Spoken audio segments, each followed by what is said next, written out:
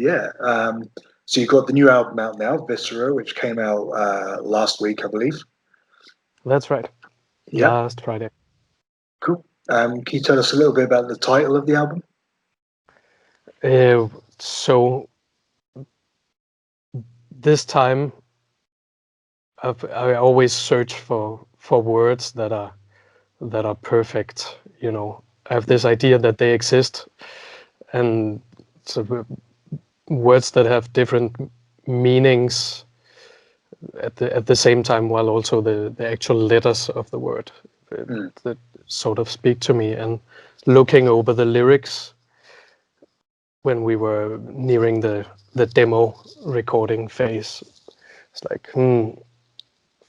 looking through old books, and I stumbled upon this word, and it really seemed to point to dimensions in the album that are, for one thing, it's something that's deeper than emotion, the things that move inside you that are hard to resist or know what are put into words. Yeah. While also Viscera is, you know, the guts, it's the fleshy machine that we are if you take away everything else. Yeah. So I felt this thing somewhere between a soft machine and also I guess the guts of violence was quite fitting for this album. Yeah. It's a really interesting album, man. I mean, I think a lot of people will be pointing towards the Triumphal Chariot as kind of the centerpiece, if you like, even though it's the last track on the album. And of course, that one has a really interesting music video.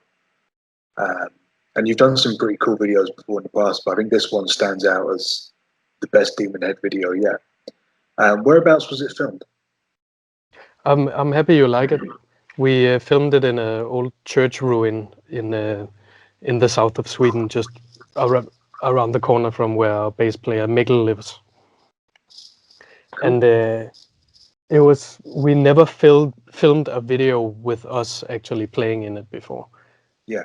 I think we've been hesitant to make the surface, so, you know, appearance peak. We wanted the music to be able to give people their own images. So our old videos, also we've made them, almost all of them ourselves, which put certain limits on what you can do if you're not very good at it. But it had been a long time since we played, and for this song, I think the emotion or the way we move when we played was an important part of understanding the song. Yeah. And then we've done outdoor concerts before, and we usually have a lot of fire. So we had a couple of good friends help us set it up, and then a couple of local people who live in the area came and watched. So we played the song live, I guess, 10, 15 times late into the night, and then the video is a recording of that. Excellent. Did you have any trouble getting into Sweden to record that with lockdowns and things like that? At the time, there was no limit on people from Denmark going to Sweden. Okay.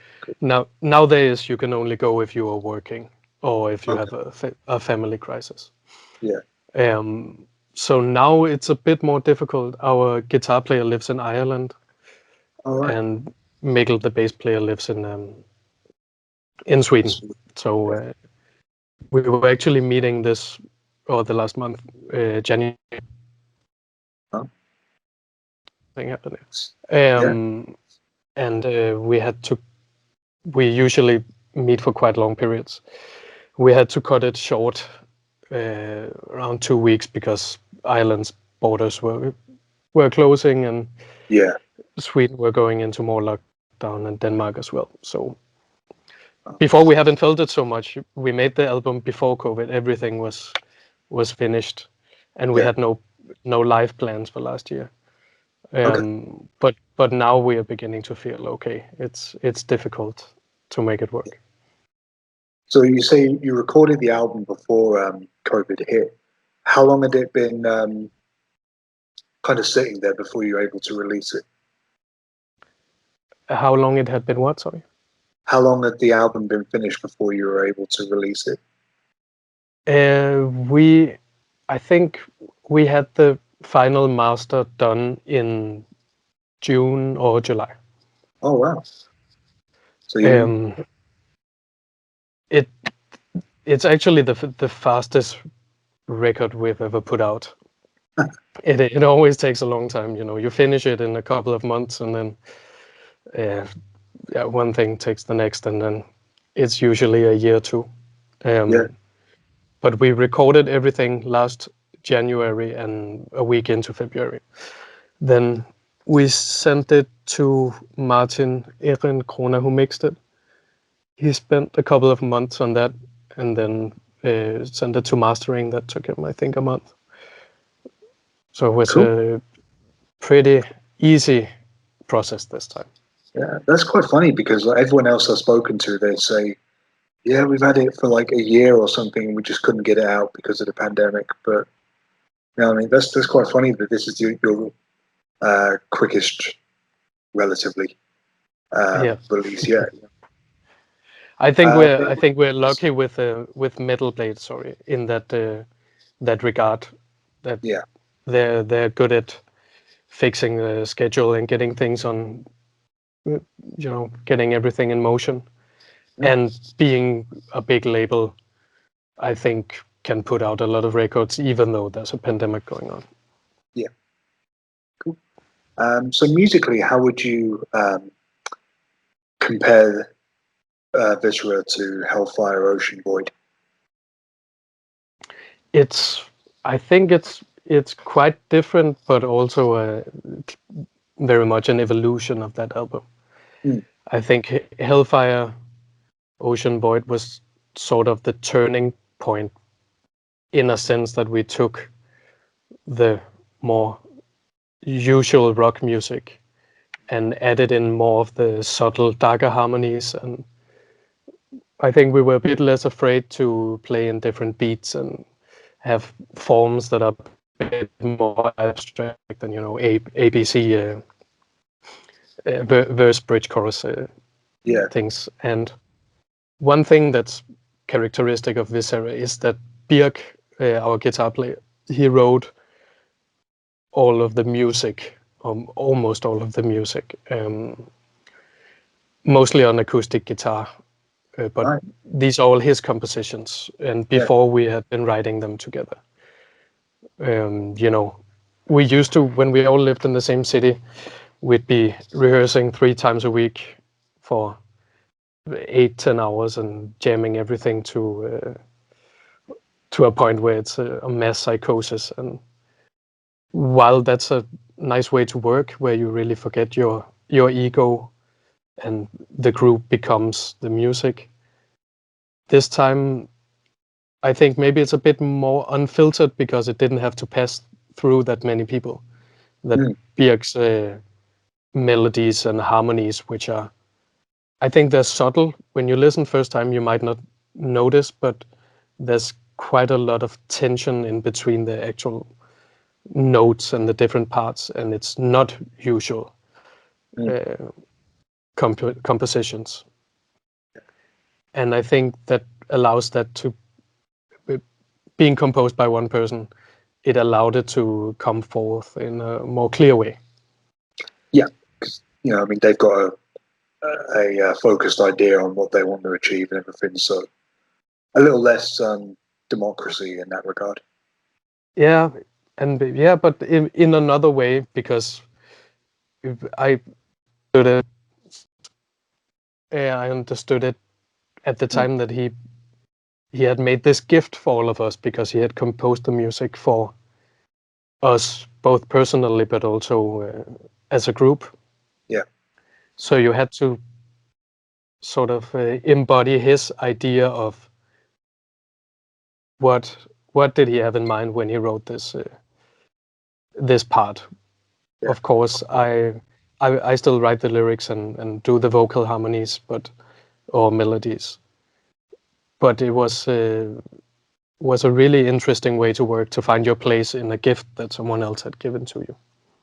Yeah, that's an interesting way of looking at it. And obviously, it's like I said, this is a darker album. It might well be the darkest Demon Head album yet.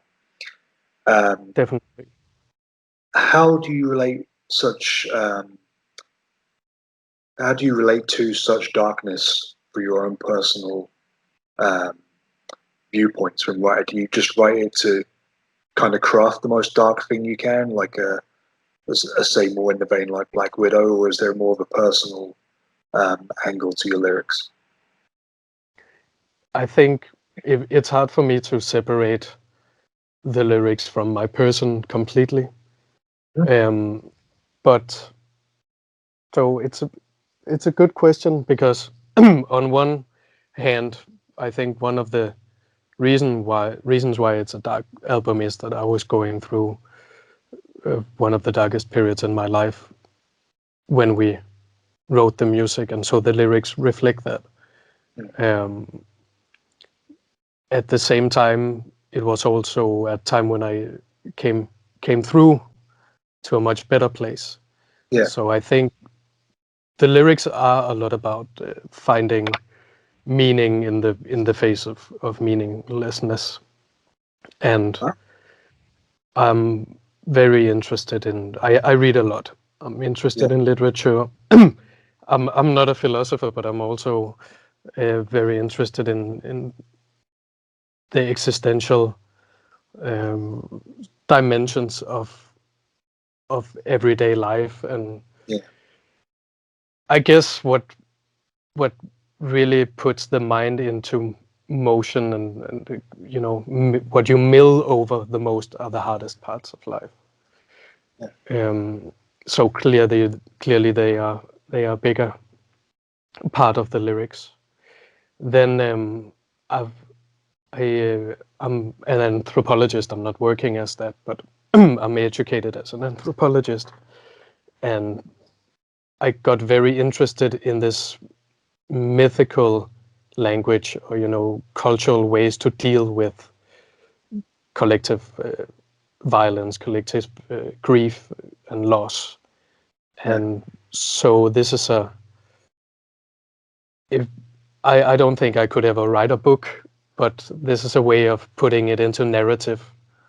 All of these things.